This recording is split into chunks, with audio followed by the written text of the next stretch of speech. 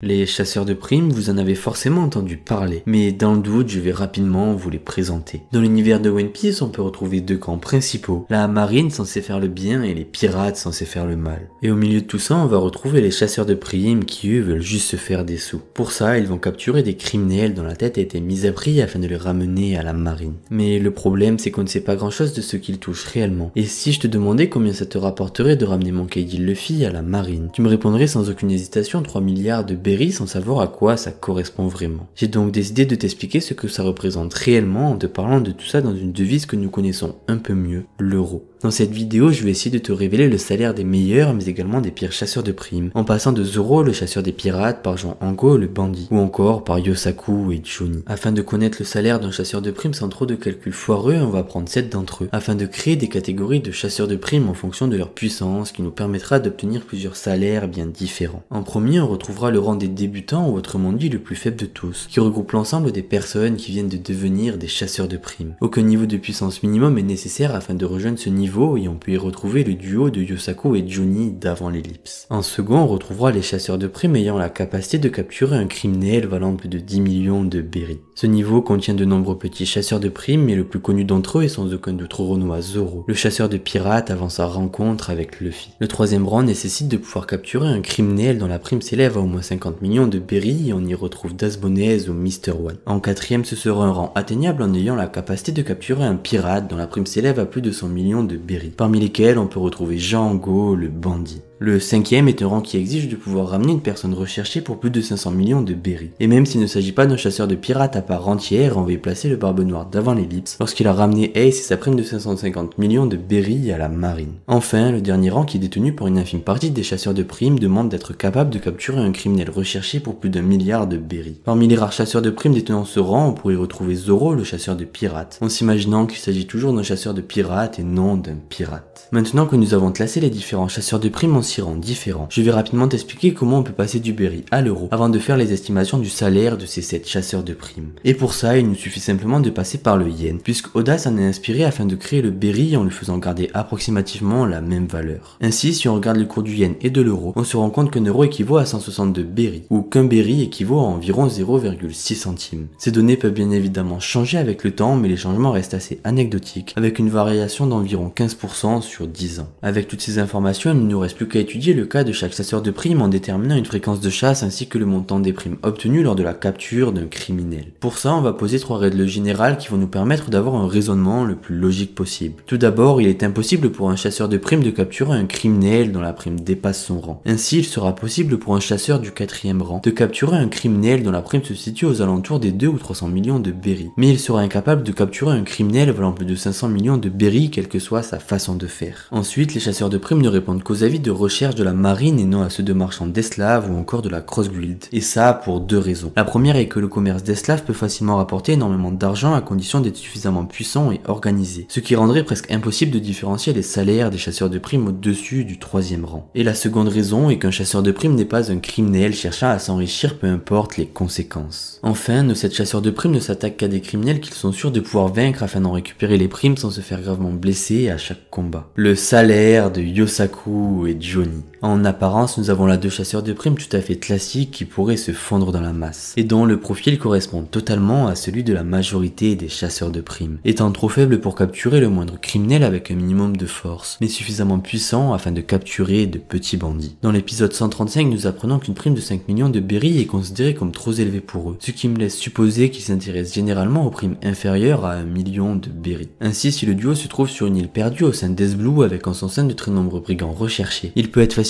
envisageable pour eux de ramener entre 5 et 6 bandits par mois à la marine afin d'en récupérer les primes. Primes qui devraient se situer entre 50 000 et 500 000 berries, me permettant de faire une moyenne à 275 000 berries par criminel recherché. Yosaku et Johnny est un duo, il faut bien évidemment diviser le montant reçu par 2, avant de le multiplier par 5 correspondant au nombre de criminels arrêtés par mois, nous permettant de leur trouver un salaire mensuel moyen de 687 500 berries. Un salaire que nous pouvons ensuite convertir à 4 243 €, ce qui en fait un salaire vraiment intéressant intéressant pour les chasseurs de primes de seconde zone, si l'on oublie le fait qu'ils risquent leur vie au quotidien et qu'ils doivent tout de même voyager d'île en île afin de trouver des criminels recherchés. Bien évidemment, ce salaire n'est qu'une estimation et il est voué à évoluer au fil du temps, mais permet tout de même à n'importe quel chasseur de primes de vivre plutôt décemment. Le salaire de Zoro avant sa rencontre avec Luffy. On passe désormais au rang de Zoro, regroupant l'ensemble des chasseurs de primes capables d'attraper facilement un criminel recherché pour moins de 10 millions de berries. En prenant Zoro comme exemple pour cette catégorie, il ne sert à rien de le faire partir à la recherche d'un quelconque criminel en raison de ses talents de repérage, mais plutôt d'espérer qu'il tombe par hasard sur des criminels dont la tête a été mise à prix. De plus, on se doute bien que l'objectif de Zoro n'est pas de faire fortune en capturant des pirates, mais plutôt de subvenir à ses besoins en nourriture, en alcool et en sabre. Ainsi, je pense que capturer 2 criminels par mois est plutôt raisonnable pour Zoro. Et on prendra l'exemple de l'épisode 135 où il est tombé sur 2 bandits, dont la tête était respectivement mise à prix à 5 et 10 millions de berries pour calculer son salaire. Mais avant ça, il faut savoir que Zoro a décidé de laisser Yosaku et Johnny récupérer la prime de 5 millions de berries du premier bandit, en leur faisant gagner respectivement 15 432 € chacun. Ainsi, on peut estimer le salaire de Zoro à 10 millions de berries par mois, soit 61 728 €. Mais personnellement, cette somme me paraît bien trop élevée pour lui car avec autant d'argent, Zoro aurait pu facilement rentrer dans son village natal sans être obligé d'errer dans tout Test Blue. Heureusement, je me suis souvenu des talents d'orientation de Zoro et je peux en conclure qu'il n'a jamais pu trouver de lieu lui permettant de récupérer ses primes.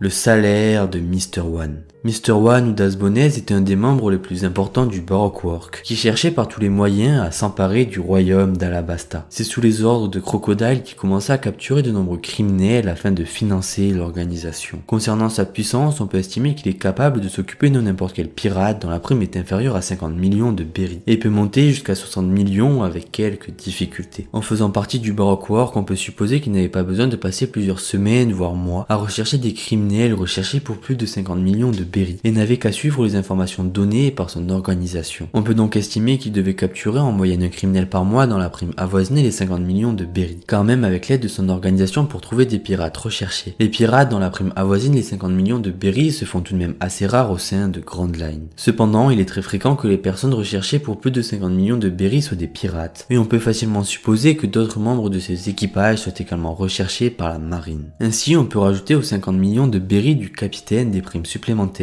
allant de quelques millions de berries à plusieurs dizaines. Le salaire de Mr. One devait donc être d'environ 100 millions de berries par mois, qu'il partageait avec Miss Doublefinger, son duo, et très probablement avec le Baroque Work afin de le financer. Un montant qui, même s'il est partagé entre plusieurs personnes, reste tout de même de 617 284 €. Le salaire de Jean Ango, le bandit. Jean Ango est un célèbre chasseur de primes réputé pour avoir pris en chasse de nombreux prisonniers qui s'étaient enfuis lors de la grande évasion d'Impel Down. C'est avec cette réputation qu'il voyage au sein du Nouveau Monde à la recherche de tous les évadés de cette prison en espérant les remettre derrière les barreaux. Et ça nous permet de comprendre sa puissance, car sur les nombreux prisonniers qui se sont enfuis de cette prison, nombreux d'entre eux faisaient partie du 5e et du 6e niveau qui sont réputés pour détenir uniquement des criminels dont la prime dépasse les 100 millions de berries. De plus, concernant sa puissance, on sait également qu'il s'est fait facilement battre par Don Chinjao, un pirate dont la prime a été mise à prix à 542 millions de berries. On peut donc estimer que les évadés qui se sont fait capturer par Jean Ango possèdent une prime se situant entre 50 et 200 millions de berries, et que le reste ne devait sans doute pas l'intéresser car étant soit trop faible et donc pas intéressant pour lui, soit trop fort car il n'a simplement pas le niveau de capturer des criminels recherchés pour plus de 200 millions de berries. Concernant sa fréquence de chasse, je pense qu'on peut l'estimer à 1 ou 2 gros criminels valant plus de 200 millions de berries par mois, qu'il chasse à travers le Nouveau Monde, ainsi qu'à 3-4 petits criminels dont les crimes avoisinent les 50 millions de berries qu'il capture en chemin lorsque l'occasion se présente. On peut donc estimer son salaire mensuel à 325 millions de berries, qui correspond à 2 millions d'euros, faisant de notre chasseur de primes le premier à passer la barre des 1 million de revenus mensuels. Le salaire de Barbe Noire. Bon, je pense que calculer celui-ci risque d'être plutôt rapide car nous savons qu'il n'a ramené qu'un seul pirate au gouvernement mondial et qu'il s'agit de Portagdi Ace et à vrai dire je ne suis même pas sûr à 100% qu'il a bel et bien récupéré sa prime de 550 millions de berries. En effet, s'il a capturé Ace au lieu de simplement le tuer, c'était afin de le livrer à la marine pour rejoindre l'ordre des 7 grands corsaires. Mais pour la vidéo, on va dire qu'il a tout de même reçu l'argent de sa prime en plus de son nouveau rôle. Barbe Noire et son équipage ont donc reçu l'équivalent de 3